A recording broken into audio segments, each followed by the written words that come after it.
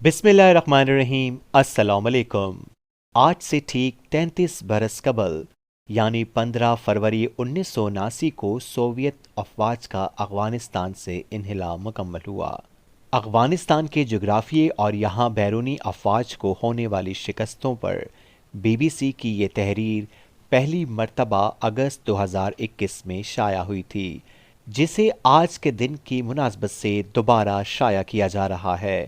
افغانستان میں آخر ایسی کیا بات ہے کہ اسے پوری دنیا سلطنتوں کے قبرستان کے نام سے جانتی ہے؟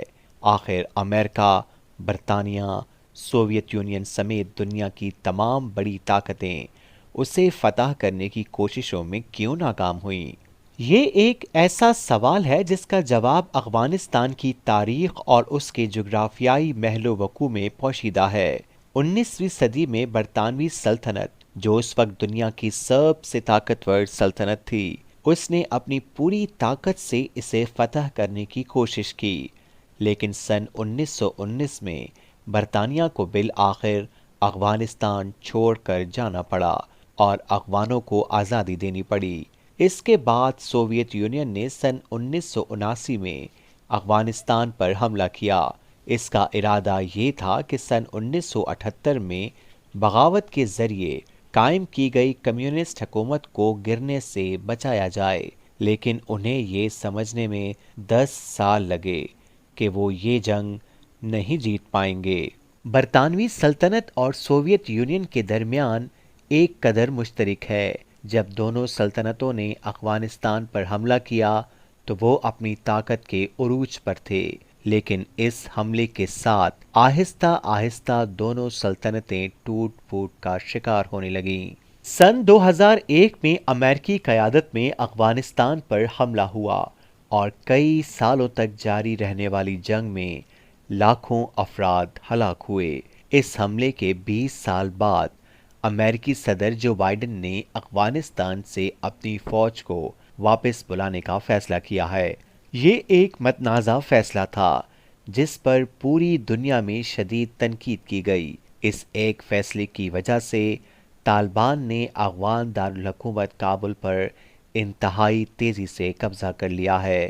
بائیڈن نے اپنے فیصلے کا دفاع کرتے ہوئے کہا کہ امریکی شہریوں کو ایسی جنگ میں نہیں مرنا چاہیے جسے افغان خود لڑنے کے لیے تیار نہ ہوں۔ بائیڈن نے افغانستان کی سلطنتوں کے قبرستان کے طور پر شہرت کو یاد کرتے ہوئے کہا، چاہے کتنی ہی فوجی قوت کیوں نہ لگا لیں، ایک مستحکم، متحد اور محفوظ افغانستان کا حصول ممکن نہیں ہے۔ حالیہ صدیوں میں افغانستان کو کنٹرول کرنے کی کوشش کرنے والی دنیا کی طاقتور فوجوں کے لیے افغانستان ایک قبرستان ہی ثابت ہوا ہے۔ ابتدا میں ان حملوں اور لشکروں کو کچھ کامیابی ملی، لیکن آخر میں انہیں افغانستان چھوڑ کر بھاگنا پڑا۔ برطانوی سلطنت کے دور میں 3 حملے۔ 19ویں صدی کے بیشتر حصے میں افغانستان وسطی ایشیا کو کنٹرول کرنے کے لیے برطانوی اور روسی سلطنتوں کے درمیان جنگ کا ایک اہم اسٹیج تھا۔ اس کے تعلق سے روس اور برطانیہ کے درمیان کئی دہائیوں تک سفارتی اور سیاسی کشمکش جاری رہی، جس میں بالآخر برطانیہ کی جیت ہوئی، لیکن برطانیہ کو اس کی بڑی قیمت چکانی پڑی۔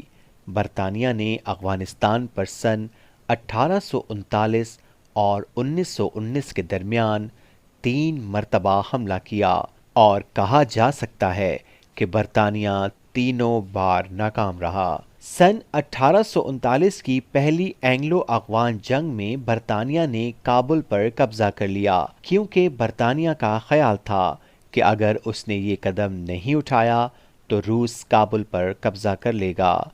اس کی وجہ سے برطانیہ کو تاریخی شکست کا سامنا کرنا پڑا۔ کچھ قبائل نے دنیا کے طاقتور ترین ملک کی فوج کو انتہائی معمولی ہتھیاروں سے تباہ کر دیا۔ 3 سال کے حملے کے بعد بالآخر افغانستان نے حملہ آور فوج کو بھاگنے پر مجبور کر دیا۔ 6 جنوری سن 1842 کو جو 16,000 فوجی برٹش کیمپ سے جلال آباد روانہ ہوئے تھے، ان میں سے صرف ایک برطانوی شہری زندہ واپس آیا۔ 4 دہائیوں کے بعد برطانیہ نے ایک بار پھر کوشش کی۔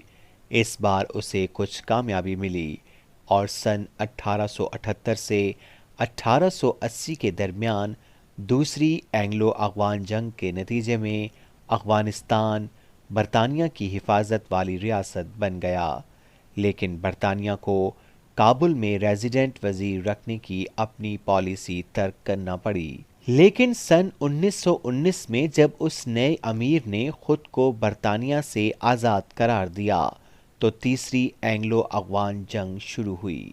4 ماہ کی جنگ کے بعد برطانیہ نے بالآخر افغانستان کو آزاد قرار دے دیا۔ سوویت یونین کی جنگ سن 1920 کے دوران امیر امان اللہ خان نے ملک میں اصلاح لانے کی کوشش کی۔ ان میں خواتین کے برقع پہننے کے رواج کو ختم کرنا بھی شامل تھا۔ اصلاح پسندوں کی ان کوششوں نے کچھ قبائل اور مذہبی رہنماؤں کو ناراض کر دیا، جس کے نتیجے میں خانہ جنگی شروع ہو گئی۔ روسیوں نے ان علاقوں اور وہاں کے دیہاتوں پر زمینی اور فضائی حملے کیے۔ اس حملے میں بہت زیادہ خون بہے۔ اس جنگ میں تقریباً 15 لاکھ لوگ ہلاک ہوئے اور 50 لاکھ لوگ پناہ گزین بن گئے۔ ایک زمانے تک سوویت یونین کی فوج بڑے شہروں اور قصبوں کو کنٹرول کرنے میں کامیاب رہی، لیکن دیہی علاقوں میں مجاہدین نسبت آزادانہ گھومتے رہے۔ سوویت یونین کی فوج نے کئی طریقوں سے انتہا پسندی کو ختم کرنے کی کوشش کی، لیکن گوریلا فوجی اکثر ایسے حملوں سے بچ جاتے تھے۔ اس جنگ میں پورا ملک تباہ ہو گیا۔ اس دوران اس وقت کے سوویت لیڈر میخائیل گورباچوف نے محسوس کیا کہ روسی معیشت کو تبدیل کرنے کی کوشش کے ساتھ ساتھ جنگ جاری نہیں رکھ سکتے، اور انہوں نے سن 1988 میں اپنی فوجیں واپس بلانے کا فیصلہ کیا۔ لیکن اس انہلا سے سوویت یونین کی تصویر کبھی اچھی نہ ہو سکی۔ افغانستان سوویت یونین کے لیے ویتنام جنگ بن گیا۔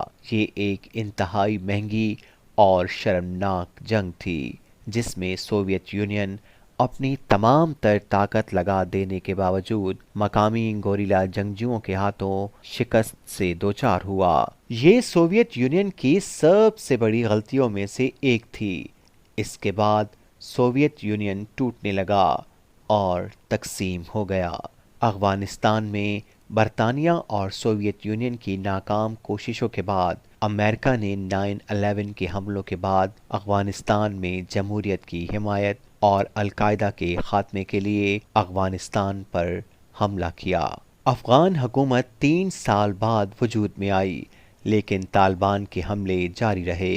امریکہ کے سابق صدر براک اوباما نے سن 2009 میں فوجیوں کی تعداد میں اضافہ کر کے طالبان کو پیچھے دھکیل دیا، لیکن یہ زیادہ دیر تک قائم نہیں رہ سکا۔